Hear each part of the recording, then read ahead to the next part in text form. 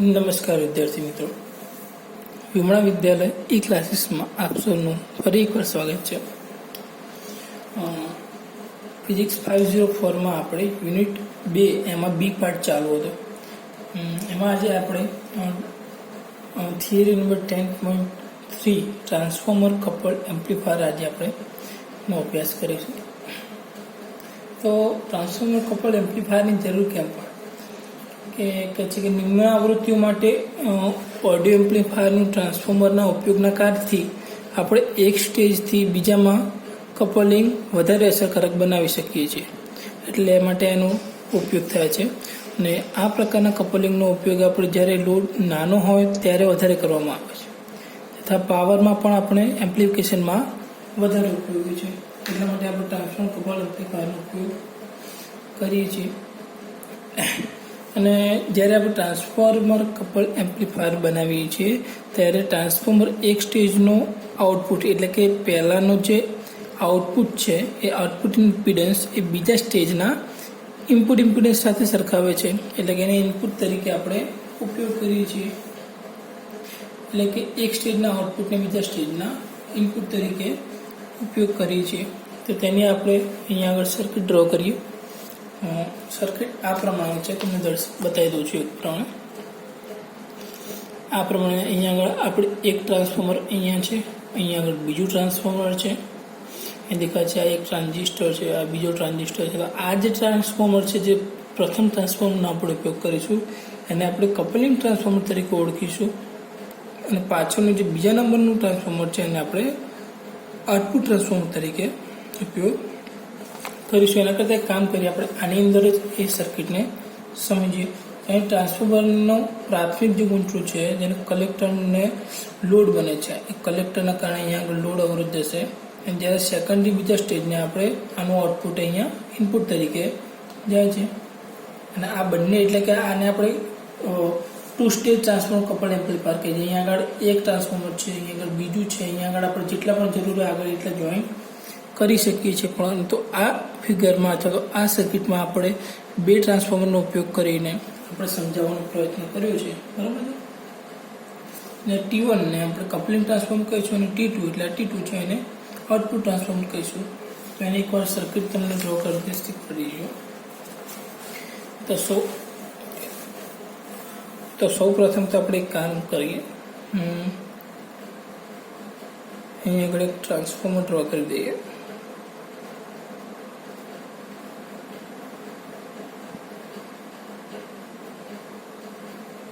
બે ગુંચળા બે બાજુ દોરી દીધા છે તમે, બરોબર છે.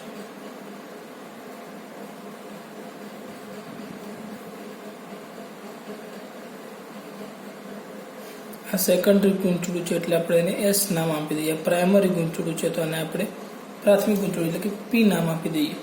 આ ટ્રાન્સફોર્મર પહેલું છે તો આપણે T1 કહી દઈએ, એટલે આપણને શું એને ઓળખવામાં વાંધો ન આવે, બરાબર છે. પી પ્રાઇમરી ગુંચળું છે, એની સાથે આપણે શું જોઈન્ટ કરીશું, એક આપણો ટ્રાન્ઝિસ્ટર, બરાબર છે.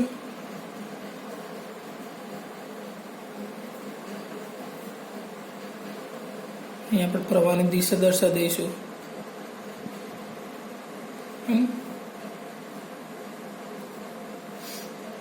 ઓકે, હવે આપણે દરેક સર્કિટમાં ડ્રો કરી છે એવી રીતે જ અહીંયા આગળ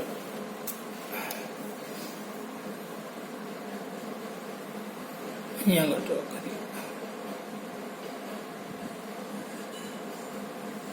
એસી સિગ્નલ જનરેટર, તેની સાથે આપણે સિરીઝમાં રેઝિસ્ટન્સ જોઈન્ટ કરીએ છીએ, RS કહી દઈએ અને બરાબર છે. તેની સાથે એક કેપેસિટર જોઈન્ટ કરી દઈશું અને એ કેપેસિટરને સીધો કનેક્શન આપીશું, બરાબર છે. પ્રાઇમરી કોઇલનો પ્રાઇમરી ગુંચળું છે અને જે બીજો પોર્શન છે ત્યાં આગળથી પણ આપણે એક અવરોધ જોઈન્ટ કરીશું, જેને નામ આપીશું R1, બરાબર. જે બીજું અહીંયા આગળ અવરોધ જોઈન કર્યું છે એને આપણે R2 નામ આપી દઈએ. આ કનેક્શન બધા નીચે જોઈન થશે, ભેગા થશે અહીંયા આગળ આપણો જે એમીટરનો પાર્ટ છે, કોમન એમીટર છે. કોમન એમીટર એટલે અહીંયા આગળ એમીટરનું કોમન કર્યું છે, એટલે અહીંયા આગળ જે અવરોધ આપણે જોઈન કરીશું એને RE કહી દઈએ, અને એને સમાંતર આપણે એને કોમન કરવાનું છે, એટલે એને સમાંતર આપણે કેપેસિટર જોઈન કરી દઈશું. આ શું સર્કિટ તમારે એક્ઝામ માટે યાદ રાખવી પડશે. એક્ઝામમાં જે તે સમયે થિયરી લખશો એટલે દોરવી પડશે, એટલા માટે તમને ડ્રો કરીને શીખવાડું છું કે કઈ રીતે યાદ રાખવી તો કઈ રીતે ડ્રો કરવી.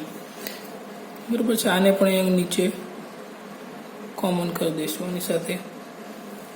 બરાબર છે. હવે બાકી રહે સેકન્ડરી ગૂંચળું. બરાબર, તો સેકન્ડરી ગૂંચળું આપણે શું કીધું કે આનો આઉટપુટ એ બીજા ટ્રાન્સફોર્મરના ઇનપુટમાં જશે. તે બીજામાં પણ સેમ એવી રીતે આપણે સૌપ્રથમ આટલો પોર્શન દોરી દઈએ, તેમાં પણ એવી રીતે આવશે. અહીંયા આગળ 2 અવરોધ આવશે,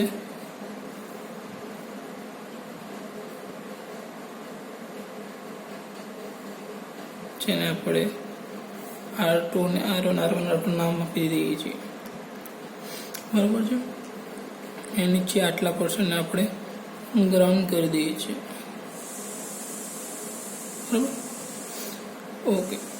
તો હવે આનો આઉટપુટ અહીંયા આગળ આપવો પડશે. અહીંયા આગળ પાના જેવી રીતે જ પ્રાઇમરી કોઇલ અહીંયા આગળ આવશે. ટ્રાન્સફોર્મર દોરી રહ્યા છે આપણે અત્યારે.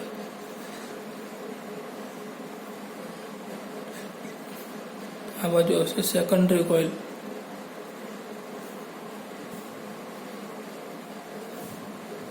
અહીંયા આગળ આપણે આગળ જેટલા પણ ટ્રાન્સફોર્મર જોઈન્ટ કરવા એટલે આપણે જોઈન્ટ કરી શકીએ છીએ. અહીંયા આગળ આપણે આને સમાંતર એક અવરોધ જોઈન્ટ કરી દઈએ, લોડ અવરોધ છે ને RL કહી દઈએ. આ સેકન્ડરી કોઇલ છે, પ્રાઇમરી કોઇલ છે. અને અહીંયા આગળ જે આપણને આઉટપુટ મળશે વોલ્ટેજનું એને V આઉટ કહી દઈએ. બરાબર, વોલ્ટેજની આઉટપુટ એ મળશે V આઉટ કહી દઈએ.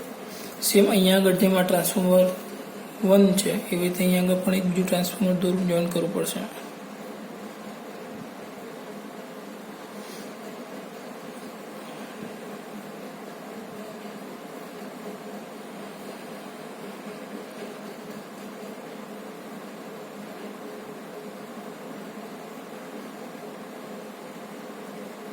આને પણ પ્રવાહની દિશા દર્શાવી દઈશું આપણે.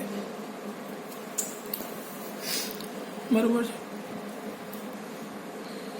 આ શું છે કોમન ઇમીટર. તો અહીંયા આગળ જેમ આપણે રેઝિસ્ટર અને કેપેસિટરને એકબીજાને સમાંતર ડ્રો કરી એવી રીતે અહીંયા પણ એક ડ્રો કરી દઈશું આપણે. અને CE અને આને RE નામ આપી દઈશું. તો આને પણ અહીંયા આગળ કોમન કરી દઈએ અને આ પોર્શનને પણ અહીંયા કોમન કરી દઈએ. અહીંયા પછી આપણે આગળ બીજું ડ્રો કરવું હોય તો કરી શકીએ છીએ. હવે શું કરવાનું છે, આ T1 છે, આ T2 છે, ટ્રાન્સફોર્મર 1 એનો અમુક પોર્શન એટલે કે એનો આઉટપુટ એ બીજા માટે ઇનપુટ થશે, તો આને ઇનપુટમાં આપવો પડશે. તો એક છેડો અહીંયા આગળ આપી દઈએ આપણે, અને જે બીજો પોર્શન છે પ્રાઇમરી કોઇલનો એને ટ્રાન્ઝિસ્ટરમાં આપી દઈએ. બરાબર છે. તો આ પ્રકારે આપણે આખી જે સર્કિટ છે પૂરી થાય છે. અહીંયા આગળ એવું હોય તો ઓકે, આટલું કમ્પ્લીટ થાય છે. જે આ ટ્રાન્સફોર્મર છે એને આપણે કપલિંગ ટ્રાન્સફોર્મર કહીશું.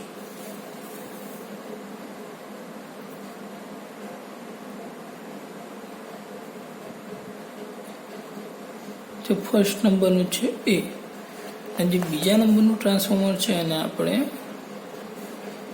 આઉટપુટ ટ્રાન્સફોર્મર પણ કહીશું.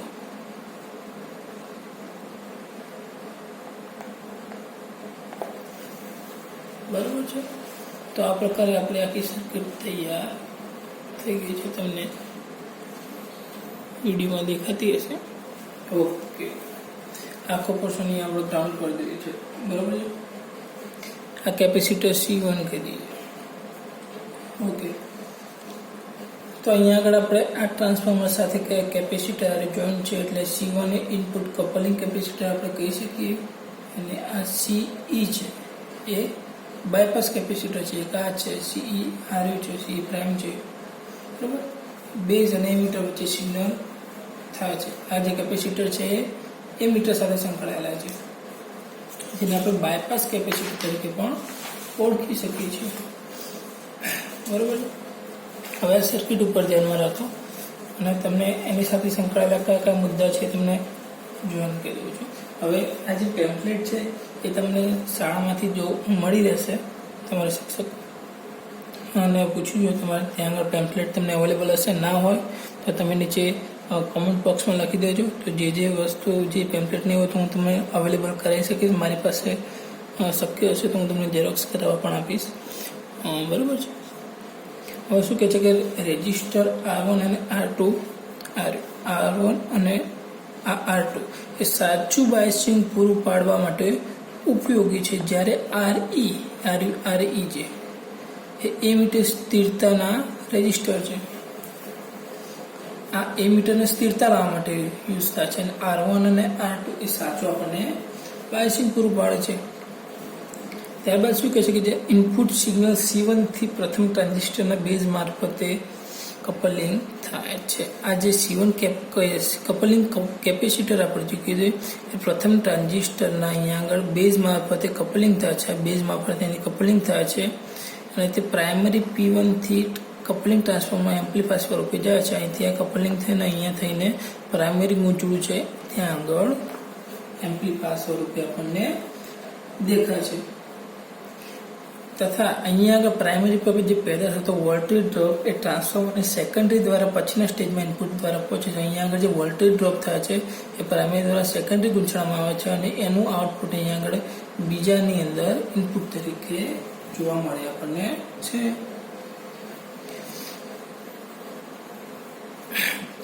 હવે શું કહે છે કે જે T1 એ ટ્રાન્સફોર્મર કપલિંગ ટ્રાન્સફોર્મર છે એ T1 થી પણ આપણે ઇનપુટ અને આઉટપુટ પરિપથોમાં DC અલગ પાડી શકીએ. જો એમાંથી DC અલગ પાડવું હોય તો એના માટે પણ આ કપલિંગ ટ્રાન્સફોર્મરનો ઉપયોગ આપણે કરી શકીએ છીએ. પછી શું કહે છે કે T1 ની સેકન્ડરી એ સિગ્નલને બીજા ટ્રાન્ઝિસ્ટરના બેઝને આપે છે. એટલે આ કે જે સેકન્ડરી ગૂંચળું છે T1 નો સેકન્ડરી ગૂંચળું એ સિગ્નલને બીજા ટ્રાન્ઝિસ્ટરના બેઝને આપે છે. આ અહીંયા આગળ જ્યાં બીજું પોર્શન આવે છે, બીજું T1 નું સેકન્ડરીનું બીજો ભાગ એ જે બીજું ટ્રાન્ઝિસ્ટર છે એના બેઝને અહીંયાથી આમ બેઝને ડાયરેક્ટ મળે છે, બરાબર. ટ્રાન્સફોર્મર કપલિંગ RC કપલિંગ સાથે લાભ એ છે કે તે VCC દ્વારા પહોંચાડાતો AC વોલ્ટેજ સીધું કોને મળે છે? કલેક્ટરને મળે છે. અહીંયા જે ટ્રાન્સફોર્મર કપલિંગ છે તેનો અહીંયા આગળથી આપણે જે વોલ્ટેજ ગેઇન જોડી છે એના કારણે જે આપણને VCC મળે છે ડાયરેક્ટ આપણને AC વોલ્ટેજ એ કલેક્ટરને મળે છે, બરાબર છે.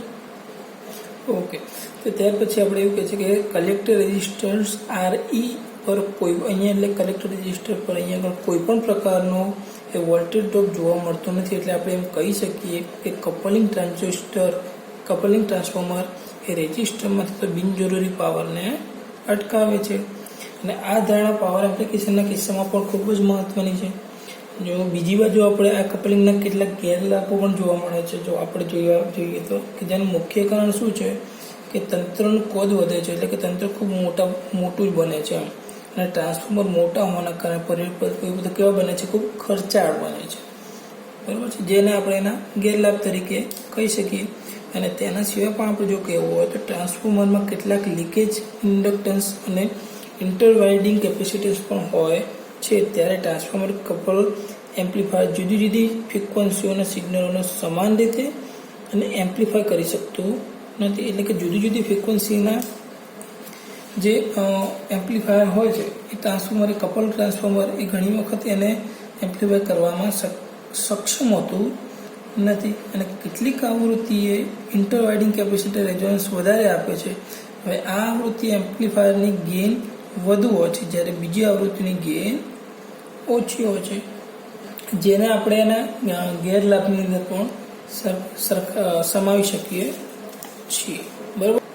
તો આ બધાના આધારે આપણે એટલું કહી શકીએ કે કપલિંગ ટ્રાન્સફોર્મર એ એમ્પ્લીફાયરને રેડિયો ફ્રિક્વન્સી સિગ્નલના રેડિયો ફ્રિક્વન્સીનું જે સિગ્નલ છે એને જો એમ્પ્લિફિકેશન કરવું હોય તો એના માટે વધારે આપણને ઉપયોગી થાય છે. અને આ પરિપથનું જે આપણે પૃથ્થકરણ કરીએ તો આપણને 3 રેન્જ મળે છે કે જેની અંદર આપણને એની ફ્રીક્વન્સીનો રિસ્પોન્સ કેવો મળે છે આપણે જોઈ શકીએ છીએ. 3 કઈ છે? તો પહેલું જે છે કે મધ્યમ ફ્રીક્વન્સી સ્ટેજ ગેઇન, જે મધ્યમ ફ્રીક્વન્સી મળે છે. તેના પછી નિમ્ન ફ્રીક્વન્સી એ રિસ્પોન્સ, એટલે કે કપલ ટ્રાન્સફોર્મર એમ્પ્લીફાયરનો નિમ્ન ફ્રીક્વન્સી કયા પ્રકારનો રિસ્પોન્સ છે એ પણ આપણે જોવાનું છે. અને ત્રીજો જે છે मध्यम फ्रीक्वेंसी आएगी, निम्न फ्रीक्वेंसी आएगी, तो ऊंची फ्रीक्वेंसी, तो ऊंची फ्रीक्वेंसी है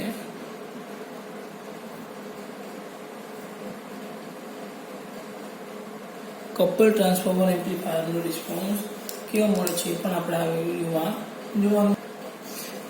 ઓકે, તો હવે આપણે આની અંદર જોઈ લઈએ કે મધ્યમ ફ્રીક્વન્સી સ્ટેજ કઈ એટલે કે મીડિયમ ફ્રીક્વન્સી સ્ટેજ માટે આપણને જે ગેઇન મળે છે કઈ રીતે મળે છે. તો આપણે શરૂઆતમાં શું કરવાનું છે કે કેપેસિટર, રિએક્ટન્સ અને રેઝિસ્ટરને ખૂબ જ નાના લઈ લેવાનું છે, અથવા વિચારી લેવાનું છે કે ખૂબ જ નાના છે, બરોબર. અને એનો સમતુલ્ય પરિવર્તન આપણને આ આકૃતિમાં દર્શાવ્યો છે. હવે આ આકૃતિમાં તમે જોઈ શકો છો કે અહીંયા આપણને બે બિંદુઓ વચ્ચેનું વોલ્ટેજ VB1 આપેલું છે. અહીંયા આગળ H પર કોમન એમીટર કન્ફિગ્યુરેશન માટેનો H પેરામીટર HIE આપેલો છે. તેના પછી અહીંયા આગળ મીટર એટલે કે HI × IB એટલે કે આ એમીટર તરીકે અહીંયા વચ્ચે આપણે ગોઠવવાનું છે. પછી અહીંયા બીજો એક અવરોધ આવે છે. એના પછી આ બે બિંદુઓ વચ્ચે પાછો વોલ્ટેજ આપણે મેઝર કરવાનો છે. એના પછી એક અહીંયા આગળ સેકન્ડરી ટ્રાન્સફોર્મર આપેલું છે. સેકન્ડરી ટ્રાન્સફોર્મર પછી પણ અહીંયા આગળ એના આધારે મળતું જે વોલ્ટેજ છે એ મેઝર કરવાનું છે. અને લાસ્ટમાં આપણને આ લોડ અવરોધ RL આપેલો છે, જેના H પેરામીટર HIE × 2 તરીકે દર્શાવે છે. હવે જે સેકન્ડરી લોડ ઇમ્પિડન્સ આવ્યો છે HI × 2 ને આપણે ટ્રાન્સફોર્મરના પ્રાઇમરી પર બદલી દઈએ તો મળતું સમતુલ્ય પરિપથ આપણે આની અંદર મળે છે. એટલે આનું જે આપણે પ્રાઇમરી પર આનો કયો બદલાવ આવે છે જોઈએ તો આના આધારે આપણે શું મળે કે આ જે સેકન્ડરી ગોઠવ્યું છે ટ્રાન્સફોર્મરને N1 અને આ N2 છે. એના આધારે અહીંયા જે વોલ્ટેજ મળશે કેટલો મળશે N1/N2, બંનેનો શું થાય સ્ક્વેર ઇન્ટુ જે એનો અવરોધ છે એનો ગુણાકાર એટલે HI × 2. બાકીનું તો બધું તો સેમ છે. અહીંયા આગળ ખાલી શું આવશે હું બતાવી દઉં છું. મધ્યમ ફ્રીક્વન્સી માટે આપણે હાલ જોઈ રહ્યા છીએ, બરાબર.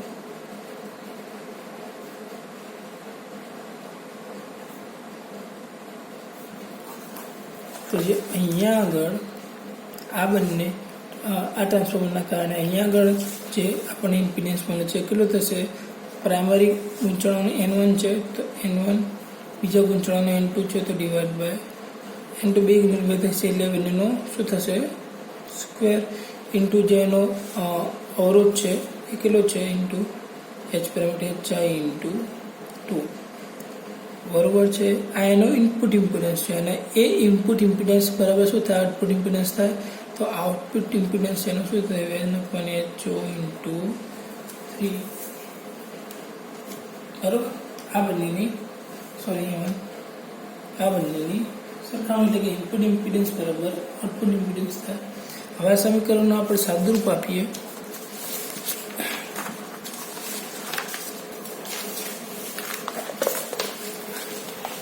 તો તમે જોઈ શકો છો કે N1/N2 નો જે સ્ક્વેર હતો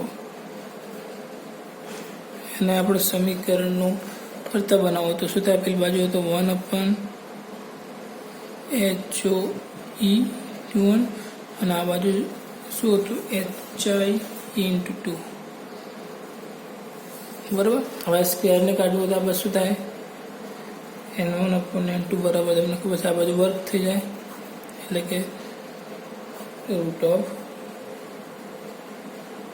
1 × HI × 2, બરાબર. આને સમીકરણ નંબર આપણે 1 નામ આપી દઈએ. હવે તો આપણે શું શોધવાનું છે? પ્રવાહ ગેઇનની ગણતરી કરવાની છે. તો પ્રવાહ ગેઇન એટલે કે પ્રવાહ ગેઇનથી ખ્યાલ આવે છે ને કે આઉટપુટ ભાગ્યા ઇનપુટ પ્રવાહ ગેઇન.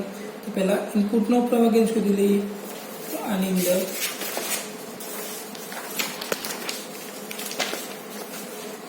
આ આકૃતિની અંદર ધ્યાન આપો. આ આકૃતિની અંદર તમને જે પ્રવાહ ગેઇન ઇનપુટનો મળે છે એ IB1 મળે છે. આની અંદર આઉટપુટનું જે મળશે એ IB2 મળશે. આ કલેક્ટર પ્રવાહ ગેઇન તમને મળેલો જ છે, IC1 મળેલો જ છે. હવે જે આઉટપુટ તમને આઉટપુટ પ્રવાહ ગેઇન મળશે એ શેના આધારે મળશે? સેકન્ડરી ગૂંચવણના આધારે.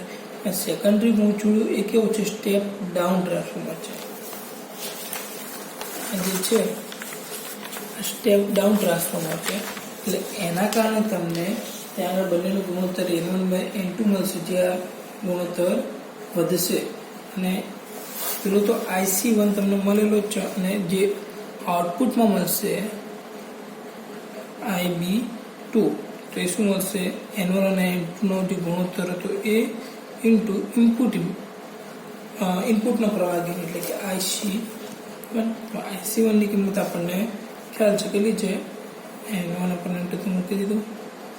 IC1 ની કિંમત આપણને ખબર છે કે HFE ઇન્ટુ શું આવશે?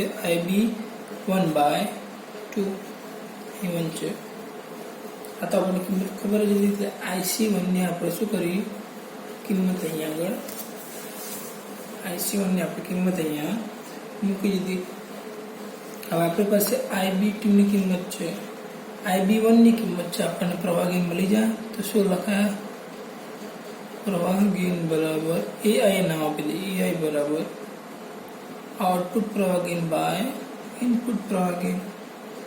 એટલે કે એવું કહી શકે કે N1/N2 to HFE/2 IB1 cancel થઈ જશે. બરાબર, આટલો આપણને જવાબ મળશે. જેને સમીકરણ આપણને પ્રવાહ ગેઇન મળ્યો. એવી સેમ રીતે આપણે વોલ્ટેજ ગેઇન શોધવાનું છે. તો બસ એટલું તમને હોમવર્ક આપું છું કે જેવી રીતે આપણે પ્રવાહ ગેઇન શોધ્યું છે એ જ પ્રમાણે તમે આ બે ફિગરને ધ્યાનમાં રાખજો. આ જે બીજા નંબરની ફિગર છે આને ધ્યાનમાં રાખીને આપણને વોલ્ટેજ ગેઇન પણ સેમ એવી રીતે output voltage gain divide by input voltage gain. બરાબર છે? એ તમને હોમવર્કમાં આપું છું. તો આપણે આ જે જોયું એ આપણે હતું મીડિયમ ફ્રીક્વન્સી માટે વોલ્ટેજ ગેઇન. નેક્સ્ટ લેક્ચરની અંદર આપણે જોઈશું કે લો ફ્રીક્વન્સી એટલે કે નિમ્ન ફ્રીક્વન્સી અને હાઈ ફ્રીક્વન્સી માટે એનો ફ્રીક્વન્સી રિસ્પોન્સ કેવો છે એના ઉપર ધ્યાન આપીશું. બરાબર છે? તો આશા છે કે દરેક વિદ્યાર્થીને આટલા સુધીમાં ખબર પડી હશે. કોઈ પણ તમને પ્રોબ્લેમ હોય તો નીચે કોમેન્ટ બોક્સમાં તમે લખી શકો છો. Thank you.